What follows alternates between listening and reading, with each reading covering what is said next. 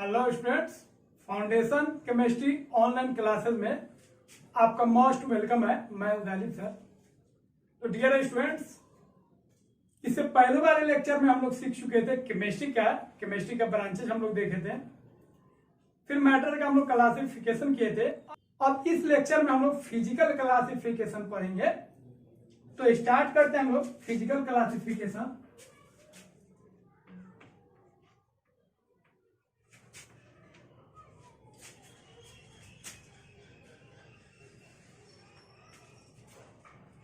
On the basis of physical classification, matter is divided into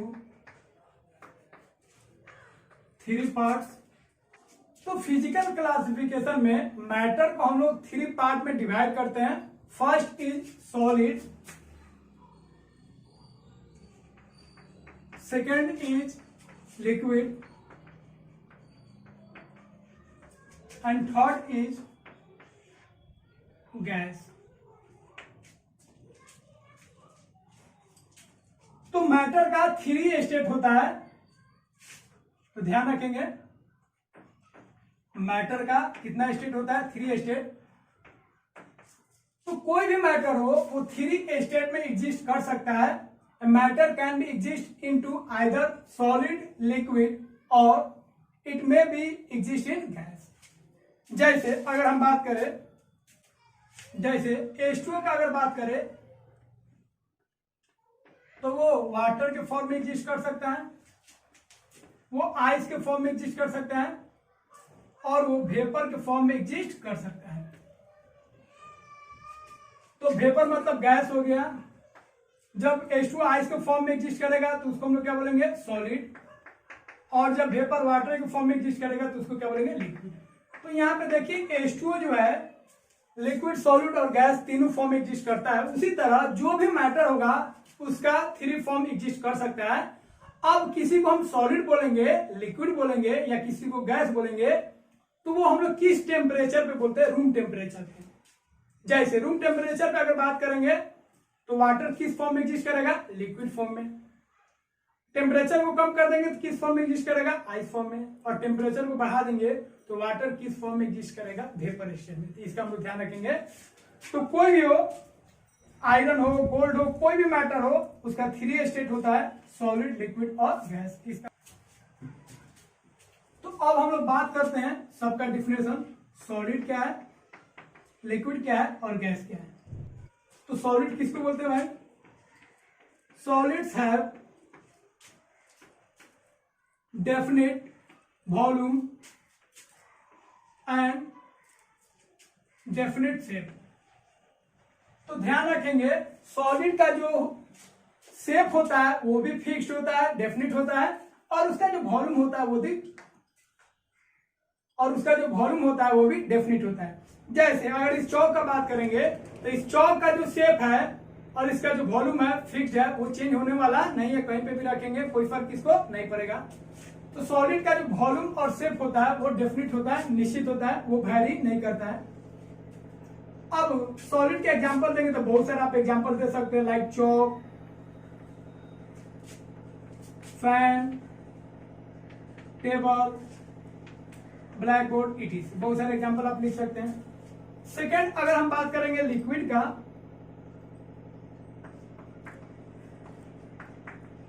तो liquid को अगर ध्यान से देखिएगा तो लिक्विड का जो वॉल्यूम है वो डेफिनेट होगा, लेकिन उसका शेप जो होता है वो डेफिनेट नहीं होता है।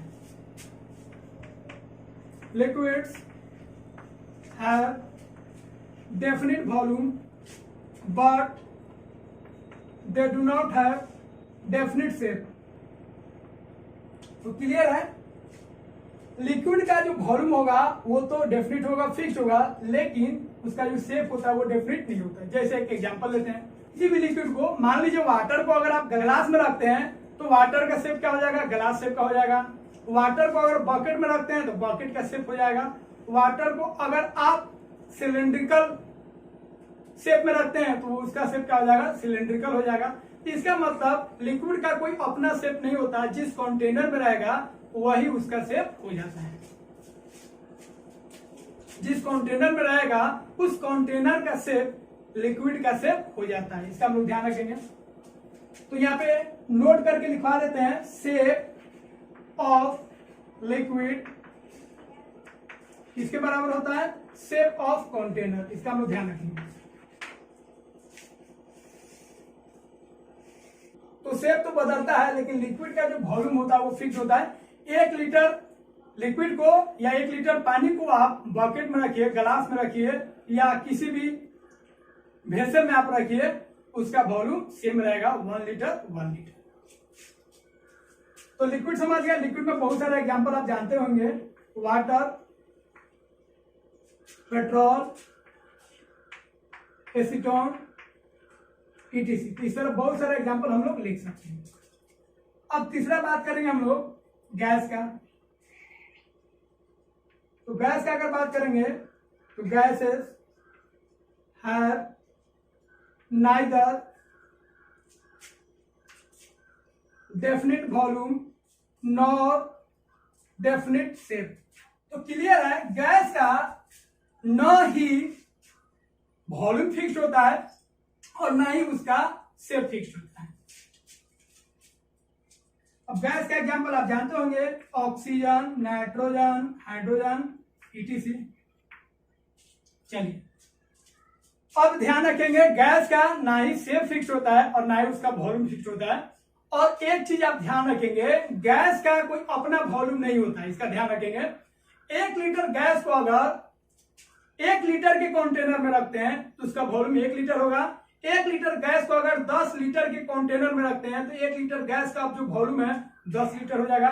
1 लीटर गैस को अगर इस रूम में रख देते हैं तो अब गैस का जो नया वॉल्यूम है इस रूम के वॉल्यूम के बराबर हो जाएगा। इसका मतलब क्लियर है, गैस का अपना वॉल्यूम नहीं होता है, जो कंटेनर का वॉल्यूम होगा वही वॉल्यूम किसका हो जाएगा, गैस का। इसका हम लोग ध्यान रखेंगे। तो इसमें हम लोग नोट करके लिख लेते हैं,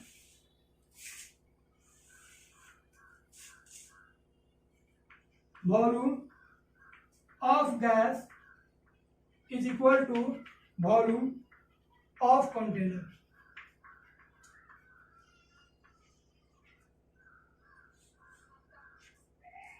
क्लियर है। ये सब जब आगे हम लोग physical chemistry states of matter पढ़ेंगे तो उसमें ये सब जो पॉइंट हम लिखवाए हैं वो बहुत काम करेगा। तो सॉलिड क्या होता है, लिक्विड क्या होता है, गैस क्या होता है, समझ गए। हम लोग एक बार और रिपीट कर लेते हैं।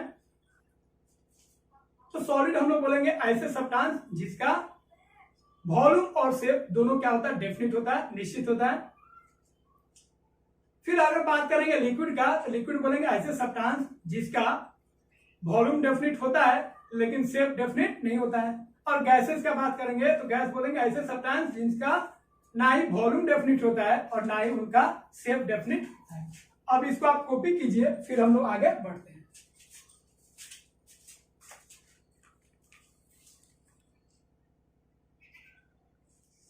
अब एक चीज का ध्यान रखेंगे,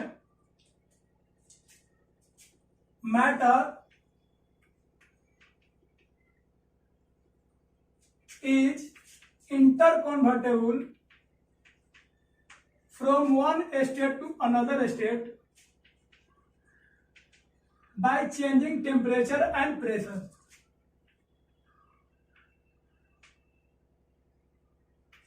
तो यहां पे ध्यान रखना है, टेम्परेचर और प्रेशर को चेंज करके मैटर का एक फॉर्म से दूसरे फॉर्म में आप बदल सकते हैं।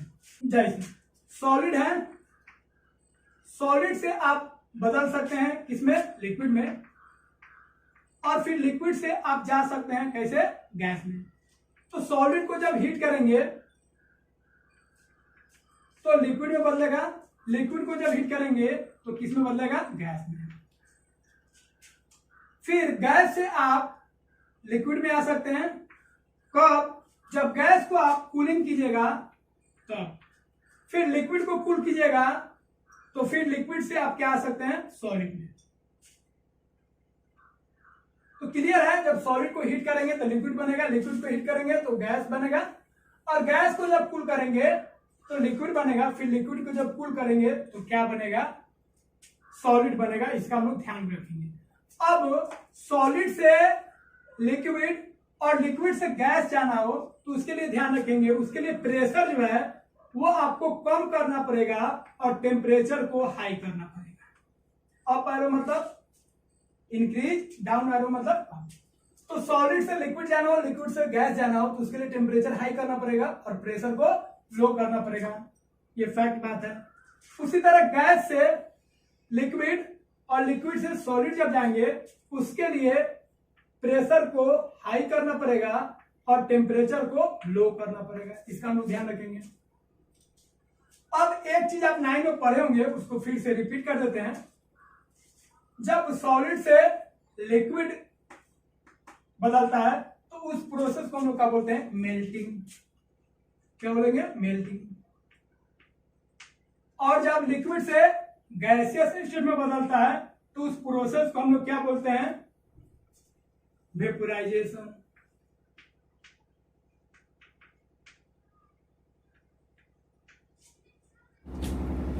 तो गैस से जब लिक्विड में बदलेगा सब्सटेंस तो उस प्रोसेस को हम लोग क्या बोलेंगे? कॉन्डेंसेशन।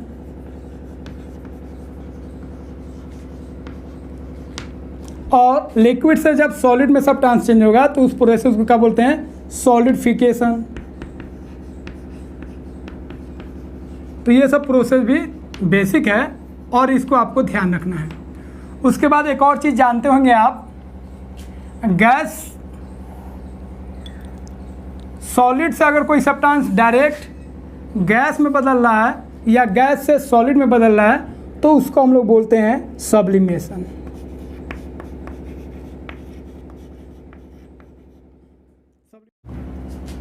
तो सॉलिड से गैस में जब जाएंगे या गैस से जब सॉलिड में सब्सटेंस को बदलेंगे तो उसको सब्लिमेशन बोलेंगे। लेकिन बहुत सारे बुक में देता है सॉलिड से गैस रहेगा तो सब्लिमेशन बोलेंगे, और गैस से जब सॉलिड में बदलेगा तो उस प्रोसेस को डिपोजिशन बोलते हैं। इसका हम लोग ध्यान रखेंगे। तो बेस्ट एग्जांपल हमारे घर में ही है। वाटर का अगर बात करेंगे तो वाटर को जब हम लोग टेम्परेचर कम करते हैं और प्रेशर को हाई करते हैं, फ्रिज में रखते हैं, रेफ्रिजरेटर में रखते हैं, तो वो किस में बदल जाता है? आइस में। फिर लिक्विड को जब हम किचन में आप देखे होंगे, जब उसको टेम्परेचर हाई करेंगे तो क्या होगा? वो किस में बदल जाएगा? वो बदल जाएगा वेपर में, गैसियस स्टेट में बदल जाएगा।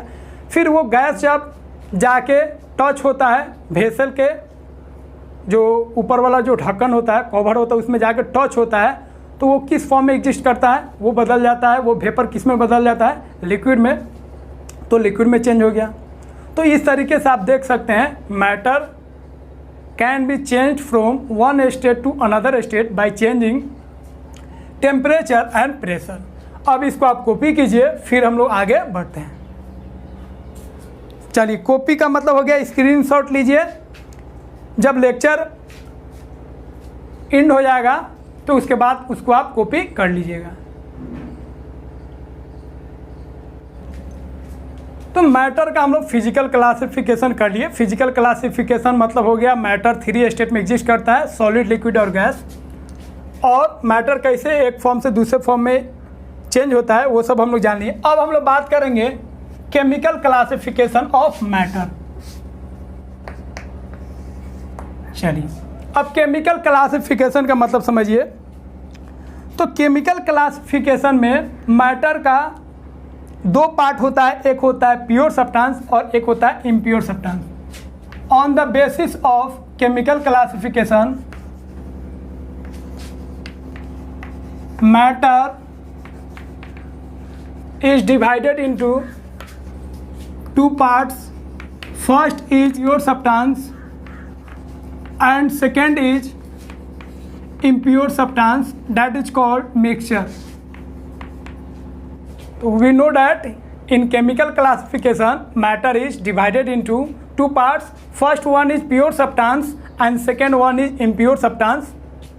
Now in this lecture we have to learn only pure substance, and in next lecture we learn about impure substance. तो हम लोग स्टार्ट करते हैं प्योर सब्सटेंस क्या होता है। तो देखिए, प्योर सब्सटेंस का मतलब क्या होता है? नाम ही है प्योर सब्सटेंस, शुद्ध सब्सटेंस। तो हम लोग जो जनरली अपने एवरीडे लाइफ में प्योर का बात करते हैं, प्योरिटी का बात करते हैं, उसका मतलब होता है जो उसमें वही चीज़ हो, बाकी कोई दूसरा चीज़ उसमें मिक्स नहीं हो। जैसे अगर प्योर मिल्क का बात करेंगे तो प्योर मिल्क का मतलब हो गया हमारे लिए उसमें मिल्क हो, मिल्क में पानी या कोई पाउडर ऐड नहीं हो। अगर प्योर घी का बात करेंगे तो हमारे लिए प्योर घी का मतलब क्या होगा भाई? यही होगा कि उस घी में डालडा या ऑयल मिक्स नहीं हो, एकदम घी जो है प्योर हो, कोई दूसरा चीज़ उसमें मिक्स नहीं हो। लेकिन केमिस्ट्री में ये जो भी चीज़ हम लोग प्योर बोल रहे हैं वो प्योर नहीं है, वो सब क्या है? मिक्सचर है। क्यों है वो समझिए। अब घी या मिल्क जो भी चीज़ हम लोग प्योर बोल रहे हैं वो केमिस्ट्री के हिसाब से प्योर क्यों नहीं है, उसको समझने के लिए प्योर सब्सटेंस का पहले डिफिनेशन समझ लीजिए। केमिस्ट्री बोलता है प्योर सब्सटेंस ऐसे सब्सटेंस को बोलेंगे जो एक ही तरह के पार्टिकल से बना हो। A pure substance is formed by same type of particles. और पार्टिकल्स जहाँ पे भी आएगा तो आप समझिएगा it may B atoms, it may B molecules और इट मे बी आयंस। तो केमिस्ट्री में कहा जाता है, साइंस में कहा जाता है प्योर सब्सटेंस का मतलब हो गया ऐसे सब्सटेंस जो एक ही तरह के पार्टिकल से बना हो। दैट मीन्स वो एक ही तरह के एटम से बना हो या एक ही तरह के मॉलिक्यूल से बना हो या एक ही तरह के आयन से बना हो, उसी को हम लोग बोलेंगे प्योर सब्सटेंस। बाकी जो भी चीज़ हम देख रहे हैं समझ रहे हैं वो सारा क्या है? इम्प्योर सब्सटेंस है। इसका हम लोग ध्यान रखेंगे। अब प्योर सब्सटेंस में दो ही चीज़ आएगा, एक आएगा एलिमेंट और एक आएगा कंपाउंड। अब देखिए एलिमेंट को हम लोग प्योर सब्सटेंस बोलेंगे because it is made up of same type of atoms. Element जो होता है एक ही तरह के एटम से बनता है, सो element is a form of pure substance. जैसे अगर हम गोल्ड का बात करेंगे Au, तो गोल्ड जो एलिमेंट है उसके अंदर सिर्फ गोल्ड के एटम्स ही है। Is made up of only by gold atoms या Au एटम्स। सिर्फ गोल्ड के एटम से क्या बना है? गोल्ड एलिमेंट बना है। So we can say that element और gold is pure substance. We can also say that compound is also a pure substance because compound is also made up of same type of molecules. It is made up of same types of molecules और ions.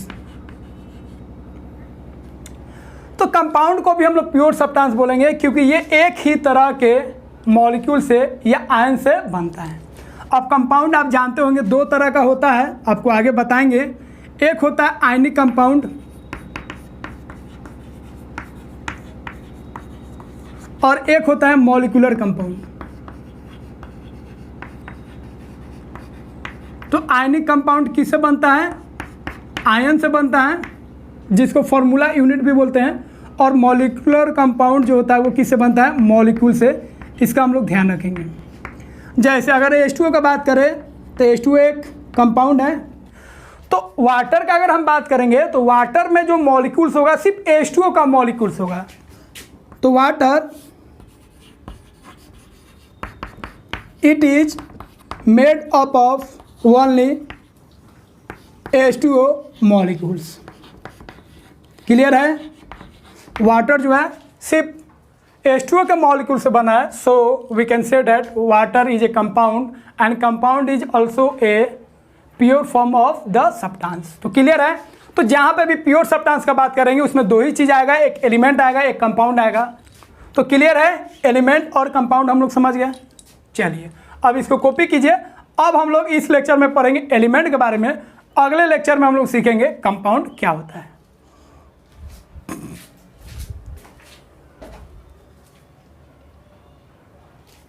लीजिए screenshot. अब देखिए element को। तो element का 3 part होता है। हम लोग जानते हैं एक होता है मेटल और एक होता है नॉन मेटल और एक होता है मेटलॉइड्स।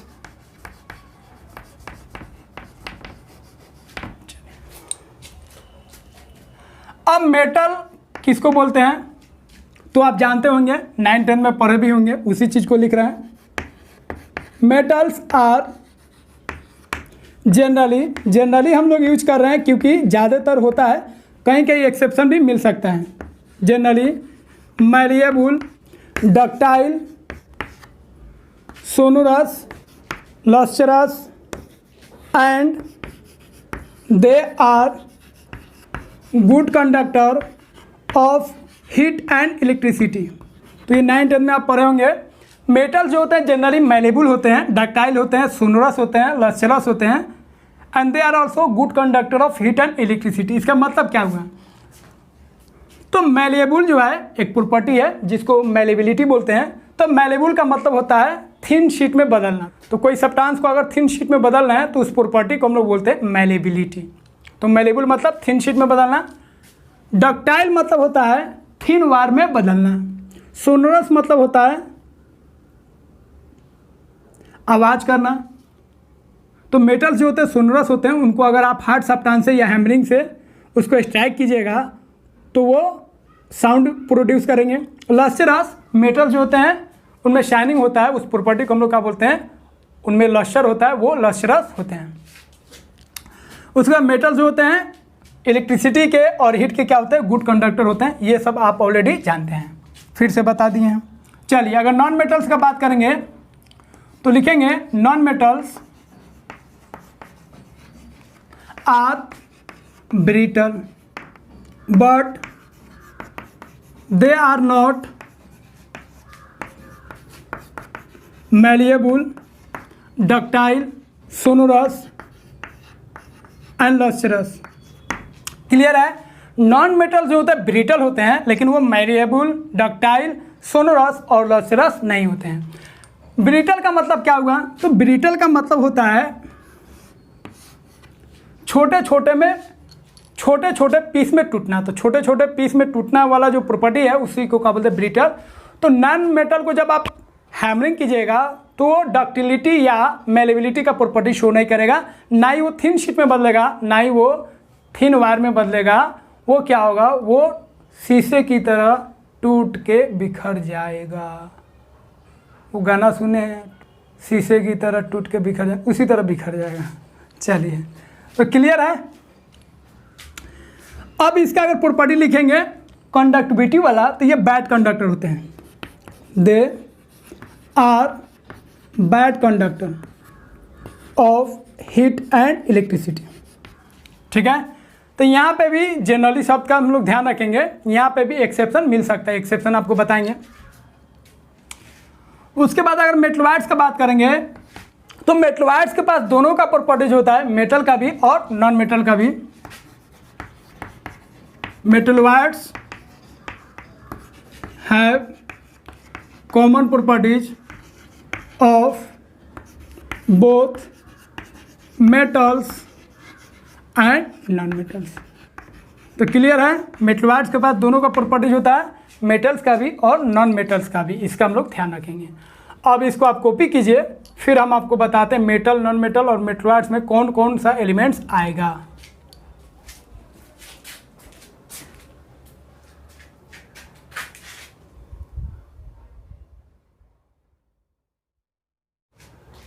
तो ध्यान रखेंगे टोटल जो एलिमेंट्स है वो कितने हैं, 118। 118 में जो आर्टिफिशियल एलिमेंट है, मैन मेड है, वो कितने हैं, 28, या किसी किसी बुक में 26 भी देता है और किसी किसी बुक में 24 भी देता है, लेकिन ये वाला सही है। तो अगर 28 हटा दे तो नेचुरल जो एलिमेंट्स होगा वो कितना होगा, 118 में से घटाएंगे 28 कितना आएगा, 90। तो 90 या किसी बुक में 92 एलिमेंट्स आपको देगा नेचुरल, ध्यान रखेंगे। तो टोटल एलिमेंट्स अभी तक नोन है 118, जिसमें मैन मेड है 28 और किसी बुक में 26 भी देता है। तो उसी तरह आप नेचुरल एलिमेंट्स 118 में से सब्ट्रैक्ट करके बता सकते हैं 90। चलिए इसको कॉपी कीजिए। अब 100 एलिमेंट्स तो होते हैं, लेकिन सबका नाम याद रखना आपके लिए ज़रूरी नहीं है, वो पीरियोडिक टेबल में पूरा सीखेंगे। लेकिन पूरे केमिस्ट्री में जो एलिमेंट्स हम लिखवाएंगे उसका बार बार काम होता है, इसीलिए उस सबको ध्यान रखेंगे। तो मेटलवार्ड्स में आपको पूरा याद रखना है। कैसे याद रखना है देखिए, ब सी जी ऐसे सब टे पो एटम, सबका नाम आप जानते हैं। नहीं जानते हैं तो एनसीईआरटी में पीरियोडिक टेबल दिया होगा, वहाँ से आप नाम कॉपी कर लीजिएगा, याद कर लीजिएगा। इसका हिंदी में लिख देते हैं, ब सी जी ऐसे सब टे पो एटम। तो इस ट्रिक से आप याद रख सकते हैं। बी से ब्रोन होता है, तो बहुत सारे बुक में ब्रोन को नॉन मेटल में काउंट करता है, बहुत सारे बुक में मेटलवाइड्स में, लेकिन ज़्यादातर बुक में मेटलवाइड्स में काउंट किया जाता है, इसका ध्यान रखेंगे। सिलिकॉन, जर्मेनियम, आर्सेनिक, स्टेबियम जिसका नया नाम है एंटीमनी, टी से टिलूरियम, पोलोनियम, एटी से एस्टेटिन। पीरियोडिक टेबल को देखिएगा ध्यान से तो आपको मिल जाएगा, नहीं तो आपके लिए हम डिजिटल पीरियोडिक टेबल बना देंगे बोर्ड पे। चलिए, तो एनसीईआरटी में दिया होगा, उसको थोड़ा आप देख लीजिएगा, नाम स्पेलिंग के साथ याद रहना चाहिए। तो टोटल जो मेटलवाइड्स हो गए वो कितने हो गए, काउंट कीजिए, 1 2 3 4 5 6 7 8 हो गए। चलिए, नॉन मेटल में अगर बात करेंगे तो 1 से 20 तक देखिए, हाइड्रोजन, कार्बन, नाइट्रोजन, ऑक्सीजन, उसके बाद कौन आएगा, फ्लोरीन, क्लोरीन, ब्रोमीन, आयोडीन, उसके बाद कौन आएगा, हीलियम, हाँ उसके बाद और आता है फॉस्फोरस, सल्फर, उसके बाद helium, neon, argon, krypton, xenon, radon. तो इतने होते हैं क्या, नॉन मेटल। कितना है, 1 2 3 4 5 6 7 8 9 10 12 13 14 15 16। एक और होता है सेलेनियम। तो 17 हो गया नॉन मेटल। तो नॉन मेटल जो है, बोरोन को अगर हटा दे तो कितना आएंगे, 17। अगर बोरोन को काउंट कर लिया जाता नॉन मेटल में तो कितना आ जाता है, 18, और उधर एक कम हो जाता है। अब ये सब तो आप जानते हैं, फास्फोरस, सल्फर, इसका भी ट्रिक होता है, इसको भी याद रखेंगे। पीरियोडिक टेबल में पूरा आपको हम समझाएंगे। इसको बोलेंगे फिर कल, बी आर से बाहर, आई से आई। एक और इसी ग्रुप का होता है एंटी, मतलब एटी, जो यहाँ पे है। तो ऐसे ग्रुप में याद करने पर एटी आ जाता है, तो बोलते हैं फिर कल, बाहर, आई, एंटी। सेलेनियम को ऐसे ही जानते हैं आप। इसका भी ट्रिक होता है, इसका ट्रिक से आप याद रखिएगा, हीना, नीना और करीना, और केयर से करीना, एक्स ई से जेरक्स मतलब फोटोकॉपी, जेरक्स, आर एन से रानी। तो इस तरह ट्रिक से आप याद रख सकते हैं, हीना, नीना और करीना की जेरक्स, रानी। तो ये सब ट्रिक पीरियोडिक टेबल में मिलेगा। इसी तरह फनी वे में हम लोगों को याद रखना पड़ता है, क्योंकि इस तरह याद हो जाता है। अब यहाँ पे देखिए काम की बात।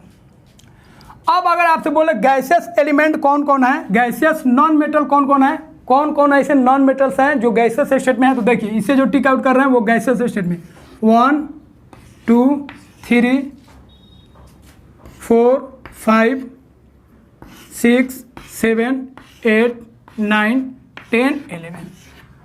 तो 11 नॉन मेटल होते हैं गैस में। तो नॉन मेटल बोलिए, या आप बोल सकते एलिमेंट्स भी बोल सकते हैं।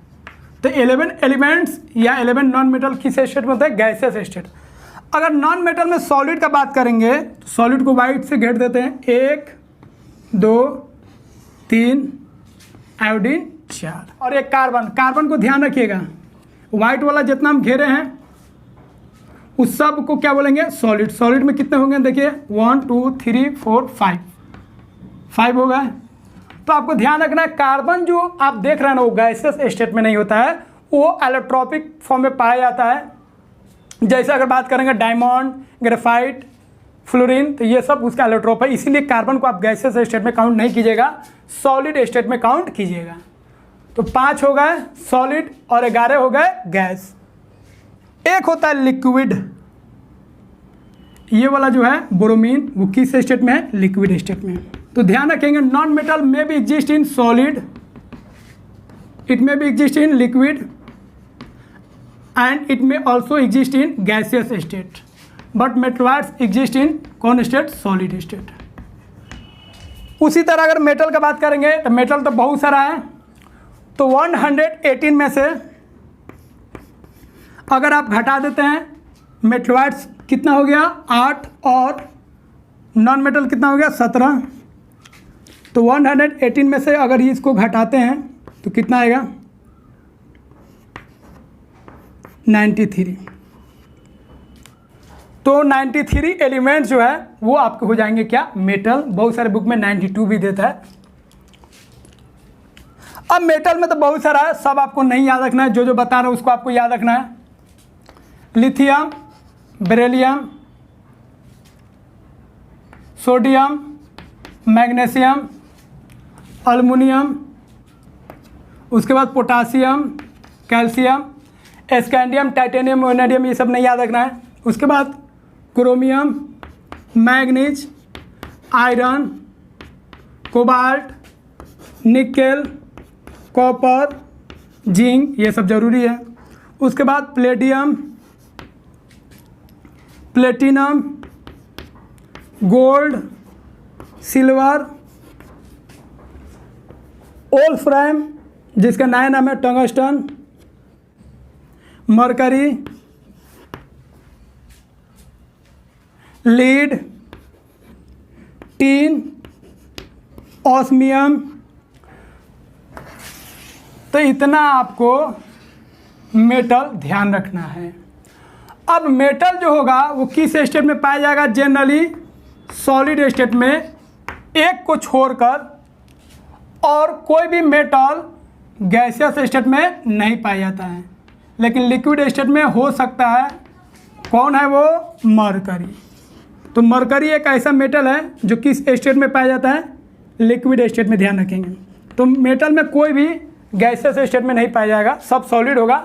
मरकरी को छोड़कर। मरकरी किस स्टेट में आएगा? लिक्विड स्टेट में। हाँ, मेटल में ये भी आप ध्यान रखिएगा, गैलियम का भी तो नाम सुनेंगे जिसका मेल्टिंग पॉइंट बहुत कम होता है, गैलियम। उसके बाद आप सुने होंगे सीजियम, इसको भी ध्यान रखिएगा। चलिए, तो मेटल कितना होता है, नॉन मेटल कितना होता है, मेटलॉइड्स कितना होता है, हम लोग सीख गए। ये बहुत बहुत इंपॉर्टेंट है। इतना अगर आप याद कर लेते हैं, समझ लेते हैं, तो केमिस्ट्री में किसी भी चैप्टर में आपको एलिमेंट से रिलेटेड कोई दिक्कत नहीं होगा। सिंबल भी याद रखना है और पीरियोडिक टेबल की मदद से इसका आपको पूरा स्पेलिंग के साथ ध्यान रखना है। कितना मेटलॉइड्स है, कितना नॉन मेटल है, कितना मेटल है। मेटल में इतना मस्ट याद रखना है। नॉन मेटल का कौन कौन स्टेट है, मेटल्स का कौन कौन स्टेट है, और मेटलॉइड्स का कौन कौन स्टेट है, इसको आपको ध्यान रखना है। तो इसको कॉपी कीजिए, फिर हम लोग अगले लेक्चर में मिलेंगे। Best of luck. अच्छा से कॉपी कीजिए, क्योंकि बहुत मेहनत से बता रहे हैं, पढ़ा रहे हैं, इसीलिए आप भी मेहनत कीजिए और खूब अच्छे तरीके से पढ़िए। जो भी डाउट हो, मेरा व्हाट्सअप नंबर है या कमेंट बॉक्स में उसको डालिए। मैं पूरा कोशिश करूँगा आपके डाउट को क्लियर करने के लिए। और सब्सक्राइब करने में, लाइक करने में, कमेंट करने में मेरे चैनल को पैसा लगता होगा तो छोड़ दीजिएगा। अगर पैसा नहीं लगता है, शेयर करने में, लाइक करने में और कमेंट करने में, सब्सक्राइब करने में, तो कर लीजिएगा। ठीक है, और ईमानदारी से करना है। देखना पैसा लग रहा है कि नहीं, नहीं लगेगा तो पक्का करना है। और जो स्टूडेंट कर चुके हैं वो बेल आइकन को दबा देंगे, ताकि जब भी हम लेक्चर को अपलोड करें, लाइव करें, तो उसका नोटिफिकेशन आप तक पहुंच जाए। तो डियर स्टूडेंट्स, चैनल पे जाके रिमाइंडर भी सेट कर लेंगे, ताकि उसका नोटिफिकेशन आपके पास पहुंच जाए जब वीडियो लाइव हो। तो इसको कॉपी कीजिए, फिर हम लोग अगले लेक्चर में मिलेंगे।